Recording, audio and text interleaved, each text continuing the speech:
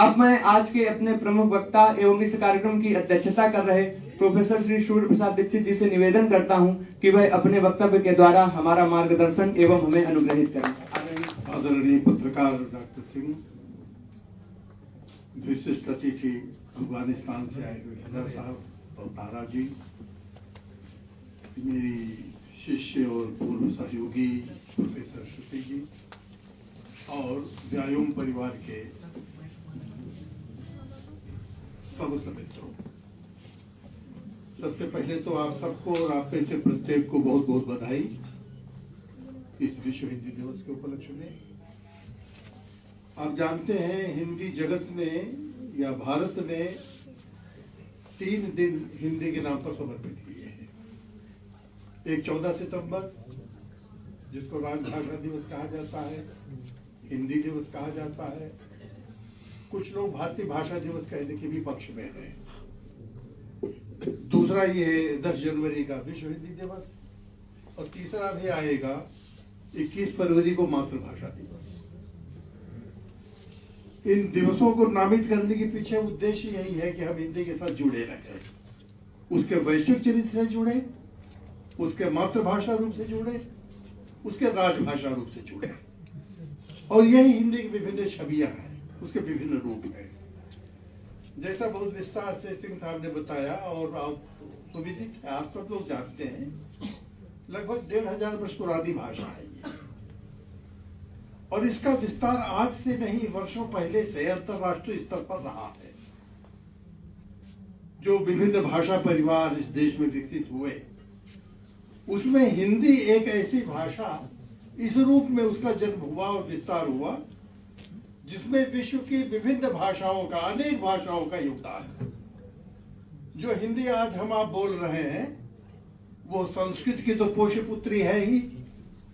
संस्कृत के साथ साथ प्राकृत भाषाएं, पाली और अपभ्रंश का उसमें योगदान रहा। उसके साथ साथ इसमें बहुत बड़ा योगदान अरबी का है, फारसी का है, पश्तो का है, तुर्की का है, अंग्रेजी का है, फ्रेंच का है, जर्मन का है, पुर्तगीज का है, डच का है, यानी विश्व की बहुत सारी भाषाओं का। उसका कारण ये रहा है कि आपका, हमारे पूर्वजों का विश्व से संबंध बड़ा पुराना है। न जाने कितनी जातियां यहां आई, उनका यहां राजकाज चला, परस्पर संपर्क रहा और इस नाते शब्दों का आदान प्रदान होता चला गया। एक बार की मैं घटना बताऊं, मेरी एक पुत्री ऑस्ट्रेलिया में है, उसकी एक सहयोगी ने हम लोगों को रात्रि भोजन के लिए आमंत्रित किया। तो मेज पर केले रखे थे, उसको संबोधित करते हुए अपने पति से कहा कि केडली लाओ। तो केडली से मेरा माथा ठनका कि तो कदली से मिलता जुलता शब्द है। उससे पूछा तो पता चला कि लगभग 200-250 ऐसे शब्द हैं जो हिंदी और संस्कृत ओरिजिन के हैं। उनका मूल भारतीय भाषाओं का है और वो मैक्डोनियन भाषा में, जो यूनान की भाषा है, ग्रीक की लैंग्वेज रही है, उससे मिलते जुलते।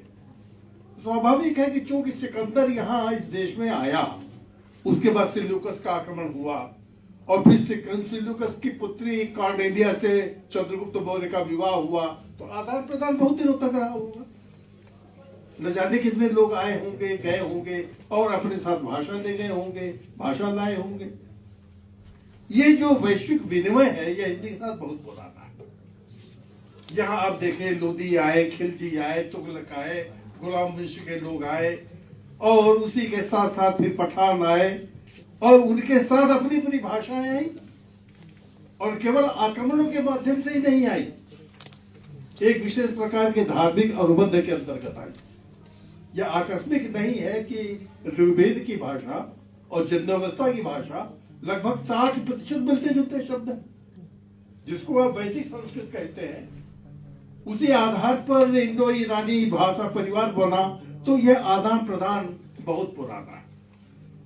अफगानिस्तान आज अलग देश होगा, लेकिन हमारे इतिहास का अफगानिस्तान से बड़ा पुराना संबंध। रामायण के बहुत सारे पात्र, महाभारत के बहुत सारे पात्र, गांधारी कहाँ की थी, कैके प्रदेश कहाँ है। हजारों वर्षों से हमारा आदान प्रदान इन देशों से रहा है। चीन के साथ भी हमारा संबंध आज का नहीं है। अशोक ने पहली बार बहुत सारे धर्म प्रचारक बौद्ध धर्म से जुड़े हुए चीन में भेजे थे, अपने पुत्र महेंद्र को भेजा था। और इस तरह से आज से लगभग 5000 वर्ष पूर्व से यह हमारा परस्पर व्यवहार यानी विनिमय ज्ञान के क्षेत्र में, विद्या के क्षेत्र में चल रहा है। भारत ने और जो भी उपलब्धियां की हो, आप देखें एक बड़ी महत्वपूर्ण बात है, विश्व बंधुत्व की कामना और वसुधैव कुटुंबकम का नारा इसी देश से चला। यावत देश प्रसूतस्ते प्रसूदा जन्म जन्म करा सोमसम चरित्र चेरन पृथिव्याम सर्वमानवा। ये कहा गया था कि संसार के जितने देश हैं और वहां के जो निवासी हैं वे भारत विद्या ग्रहण करें, यहाँ से शिक्षा प्राप्त करें। और ये कहा गया कि ये मेरा, ये पराया, ये तुम्हारा, ये उनका, ये जो भेदभाव है ये तो संकीर्ण मनोभाव है। सबसे बड़ी बात यह है कि पूरा विश्व एक परिवार है और उस परिवार के हम सब परिजन हैं, उसके निवासी है। यह जो विश्व बंधुत्व का या एक कुटुंब होने का जो भाव है वो इसी देश से विकसित हुआ। पहली बार यहाँ नारा चला कि यहाँ के जो निवासी हैं वे कुल मिलाकर एक वसुधैव कुटुंबकम उसमें विश्वास करने वाले हैं। तो ये जो वैश्विक चेतना है, चूंकि आपकी संस्कृत की एक मूलभूत विशेषता है, इसलिए आपकी भाषाओं में, आपके साहित्य में, आपकी कलाओं में वैश्विक चेतना बहुत भरी हुई है। न केवल शब्द ही आए हैं बल्कि उनके साथ एक विशेष प्रकार की संवेदना हम साझी करते हैं। इस पर आप विचार करके देखिए कि आखिर हिंदी के फिल्मी गाने लोगों की तरह आकृष्ट क्यों करते हैं। मैं प्रश्न करता हूं कि आखिर तमिल में भी तो गीत लिखे जाते हैं, तेलुगु, मलयालम और कन्नड़ सभी भाषाओं में लिखे जाते हैं, और दक्षिण में बहुत फिल्में बनती हैं, वहां की क्षेत्रीय भाषाओं के गीत हैं, लेकिन उनको वह बाथरूम में नहीं गुनगुनाते हैं।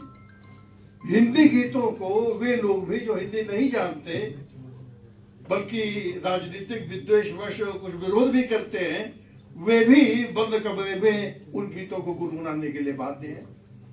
उसका सबसे बड़ा कारण है एक विशेष प्रकार की संवेदना।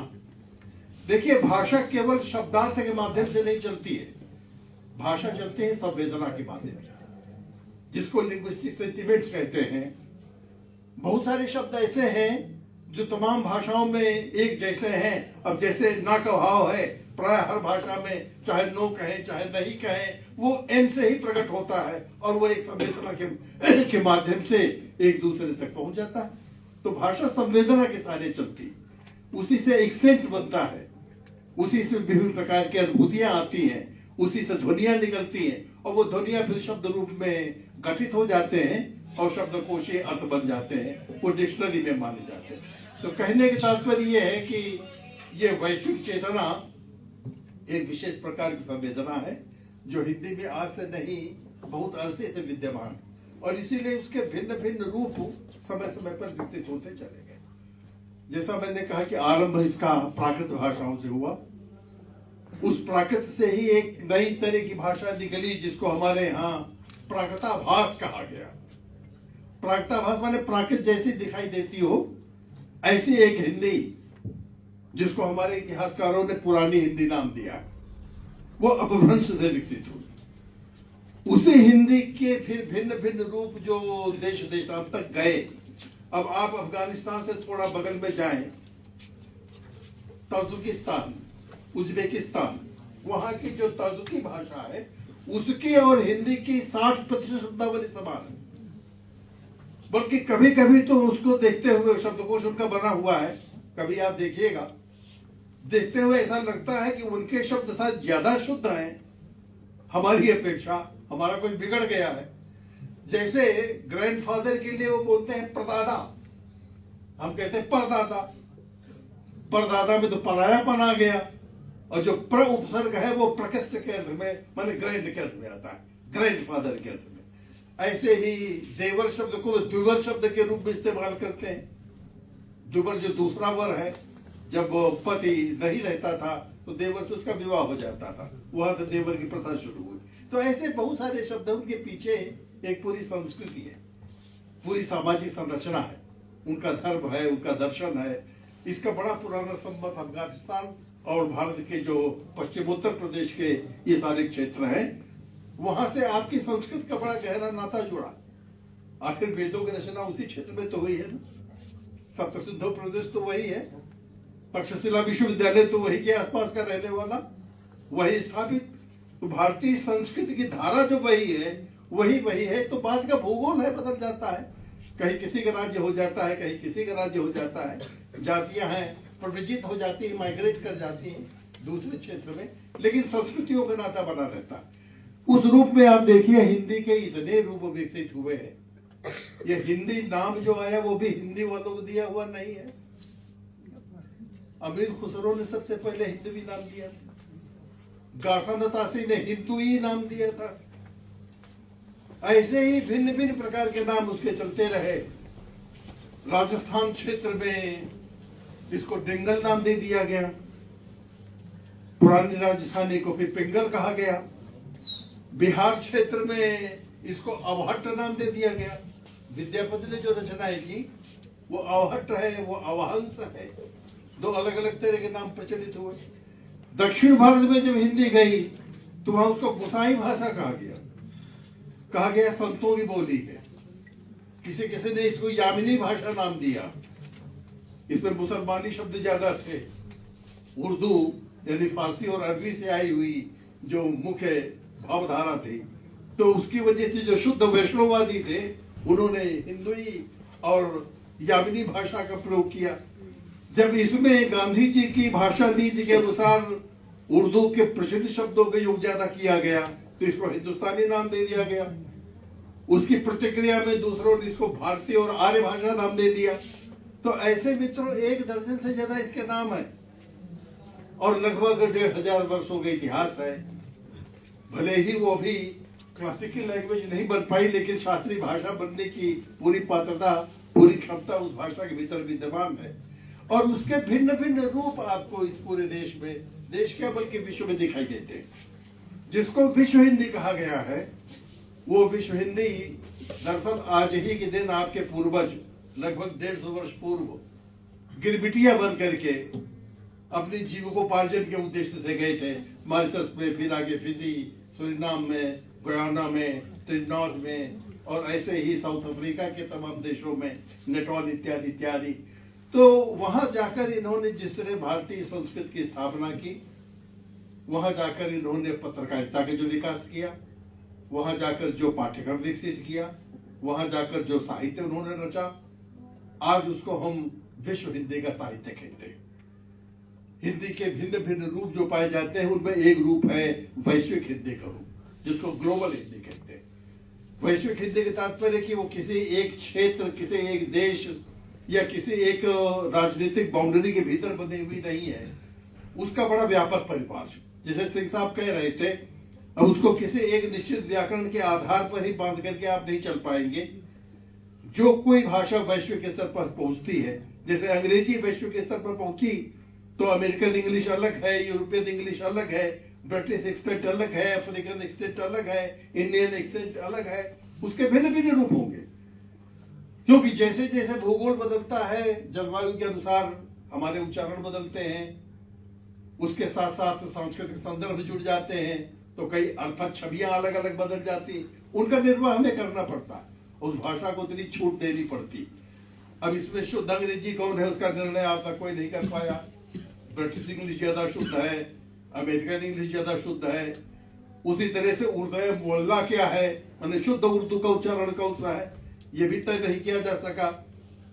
तात्पर्य यह है कि जिस क्षेत्र के भाषा भाषी ज्यादा हो जाते हैं, जहां साहित्य रचना परिमाण में और स्तर में बहुत बढ़ जाती है, जहां उसका व्यवहार, उसका प्रचलन दूसरों की अपेक्षा ज्यादा हो जाता है, वही प्रभावी हो जाता है, डोमिनेट करने लगता है और धीरे धीरे उसी का अपना रूप स्थिर हो जाता है। तो हिंदी के जो भिन्न भिन्न रूप आज प्रचलित हैं, उनको पूरा प्रश्न हमें देना होगा। एक रूप वह है जो हमारे अड़ोस पड़ोस दिखाई देता है। हम वैश्विक हिंदी को 4 भागों में बांट सकते हैं। एक वो जो आपके प्रतिवेशी देशों में है, प्रतिवेशी माने पड़ोसी देश, जैसे नेपाल आपका पड़ोसी देश, वहां भी हिंदी बोली जाती, वो गोरखा हिंदी और नेपाली हिंदी से जुड़ी हुई है। और नेपाली आपके संविधान में भारत की एक मान्यता प्राप्त भाषा है, केवल नेपाल की ही नहीं है, आपकी भी भाषा है। तो पहाड़ों पर गोरखाई शैली में जो भाषा बोली जा रही है, उसी तरह से पाकिस्तान को ले लीजिए, अगर उसकी भाषा को देवनागरी में लिख दिया जाए तो क्या आप जो बोलते हैं उससे बिल्कुल नितांत भिन्न भाषा होगी? वही भाषा, केवल लिपि का अंतर है। उर्दू को इसलिए हम लोग कोई स्वतंत्र भाषा न मान करके हिंदी की बहन मानते हैं। दोनों सगी जुड़वा बेटियां, बल्कि सगी बेटियां हैं, बस एक में फारसी शब्दावली ज्यादा है, दूसरे में संस्कृत शब्दावली ज्यादा है, लेकिन व्याकरण एक है, उच्चारण एक है, केवल लिपि का अंतर। लिपि के भेद से भाषा भेद नहीं हुआ करता। लिपियां तो हिंदी में भी बहुत रही, आप लोगों को पता नहीं होगा, पहले हम लोग एक मुड़िया भाषा नाम की लिपि का प्रयोग करते थे।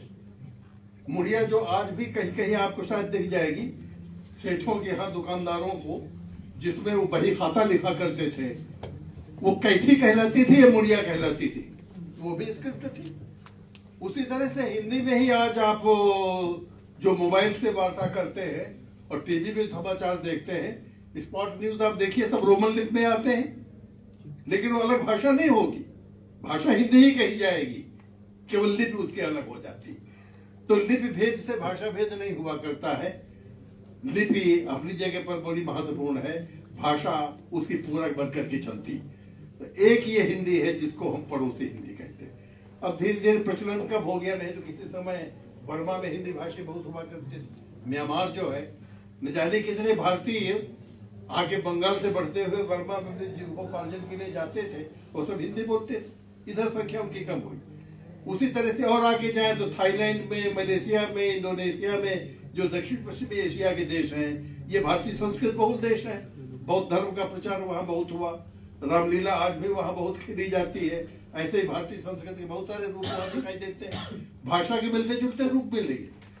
उनके हवाई अड्डे का नाम गरुड़ है, उनके यहाँ नोटों में लक्ष्मी के चित्र छपे हुए हैं, मार्गों में लक्ष्मण जी का नाम लिखा हुआ है, पूरा भारतीय संस्कृति में है।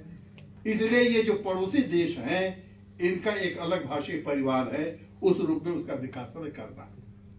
दूसरे वो देश हैं जो भारतवंशी बहुल राष्ट्र हैं, जिनका अभी मैं नाम ले रहा था, मॉरिशस, फिजी, सूरीनाम, गयाना इत्यादि इत्यादि। लगभग 150 वर्षों से वहां हमारे भारतीय पूर्वज गए हुए हैं। पहले तो बड़ी यातनापूर्ण जिंदगी उन्होंने जी है, लेकिन धीरे धीरे वहां ये सुव्यवस्थित हो गए हैं, अब बड़े समृद्ध हैं, संपन्न हैं। उन्हें भारतवासी होने का भी गर्व प्राप्त है, और साथ ही जहां जिस देश में रह रहे वहां के भी निष्ठावान नागरिक है। उनमें आप मॉरिशस में देखिए, चाहे ब्रजेंद्र मधुकर जी हो, चाहे मन अमृत हो, चाहे प्रहलाद शरण हो, न जाने कितने लेखक हैं। अकेले अभिमन्यु अनंत के लगभग 60 के आसपास उपन्यास है, काव्य संकलन है, नाटक है। मैंने एक एक लेखक ने दर्जनों उपन्यास लिखे हैं, काव्य ग्रंथ लिखे हैं, नाट्य कृतियां और समीक्षा कृतियां लिखी हैं। हिंदी के अच्छे खासे साहित्यकार, न जाने कितनी पत्र पत्रिकाएं वहां प्रकाशित होती हैं, कितनी संस्थाएं उनकी हैं, विश्वविद्यालय स्तर पर हिंदी वहां पढ़ाई जाती है। तो इन सभी देशों की स्थिति ऐसी है, उनको हिंदी भाषी होने का गर्व है।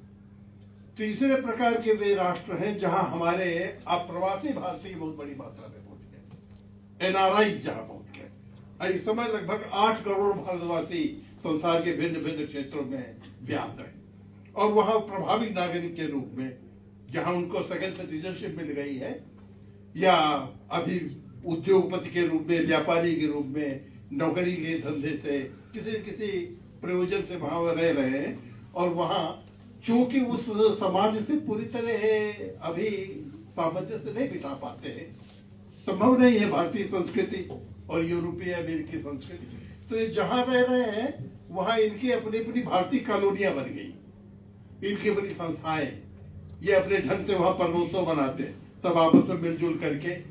तो मेरा ख्याल है कि भारतीय संस्कृति का हम और आपकी तुलना में वे ज्यादा उत्साहपूर्ण वहां प्रदर्शन करते रहते, उसके साथ जुड़े हुए, और वे भी बहुत बड़ी संख्या में साहित्य रचनाएं, जिसको प्रवासी साहित्य कहा जा रहा है।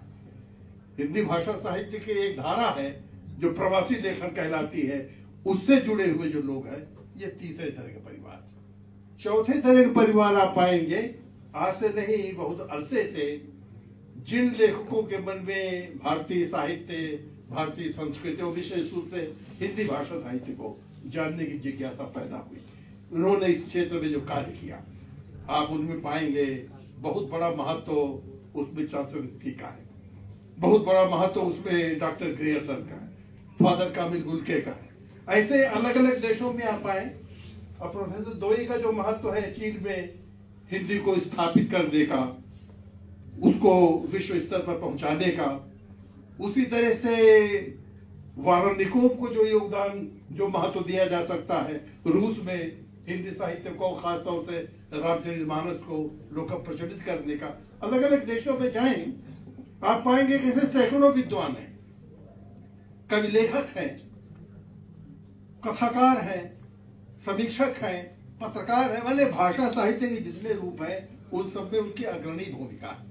तो इस रूप में जो हिंदी का विकास कर रहे हैं और खासतौर से टेक्नोलॉजी से जिस तरह से हिंदी को जोड़ रहे हैं, उन्होंने इंटरनेट में जो हिंदी को स्थान दिया है, विकिपीडिया हो, कीपीडिया हो, इत्यादि इत्यादि भिन्न भिन्न रूपों में, इन सबका एक मिला जुला परिवार है जिसको वैश्विक हिंदी परिवार कहा जा सकता है। आज आवश्यकता है कि इन सारे रूपों को, उनको हम पहचाने, उन्हें हम विकसित करें।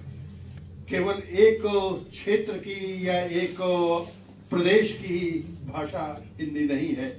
भारतीय भाषा कहने का उद्देश्य यही रहा है कि सभी भारतीय जो भी यहाँ के नागरिक हैं मिलकर के अपनी अपनी भाषाओं का विकास करें। वो तो संयोग की बात है कि हिंदी दिवस हिंदी वाले ज्यादा मनाने लग गए, दोस्तों ने उत्साह नहीं दिखाया, वरना प्राविधान तो यही था कि 14 सितंबर को जैसे संघ की भाषा हिंदी बनाई गई थी, उसी तरह अलग अलग राज्यों की जो क्षेत्रीय भाषाएं हैं वहां राजकाज की भाषा बने, उनको भी उत्साह दिखाना चाहिए था, पर अपेक्षागत उतना उत्साह नहीं दिखा पाए, इसलिए हिंदी दिवस बन करके रह गए। मातृभाषा दिवस केवल हिंदी का ही नहीं है, जितनी भी भारत की मातृभाषा है। अभी आपने देखा नई शिक्षा नीति में यह प्रावधान किया गया है कि मातृभाषाओं को ही शिक्षा का माध्यम भाषा बनाया जाए। इसमें मातृभाषा शब्द का स्पष्ट रूप हमारे सामने होना चाहिए। मातृभाषा के तात्पर्य बोली से नहीं है। कई लोगों ने इसमें तर्क कुतर्क दिए कि हमारी मातृभाषा तो अवधी है या भोजपुरी है या बुंदेलखंडी है। नहीं, यहाँ जो भाषा शब्द कहा गया है इसमें बोली और भाषा को लेकर के भ्रम नहीं होना चाहिए। भाषा वो है जिसके भीतर पर्याप्त शब्दकोश हो, जिसका पुराना इतिहास हो, व्यापक भाषा भाषी हो, जिसमें राजकाज हो सकता हो, जिसमें लिंग्विस्टिक टेक्नोलॉजी हो, भाषा प्रौद्योगिकी हो, जो संचार भाषा का काम कर सकती हो, जो मशीनों के माध्यम से चल सकती हो।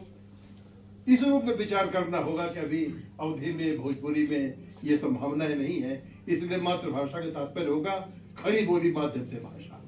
उसी तरह से मराठी, बंगाली, तमिल, तेलुगु, मलयालम, कन्नड़, भारत में यूं तो 22 भाषाओं को मान्यता मिली हुई है, लेकिन उनमें अभी केंद्र सरकार ने 8 भाषाएं चुनी हैं मातृभाषा के रूप में, जो संपूर्णतः विकसित है और जिनके माध्यम से उच्च स्तर पर भी शिक्षा दी जा सकती है।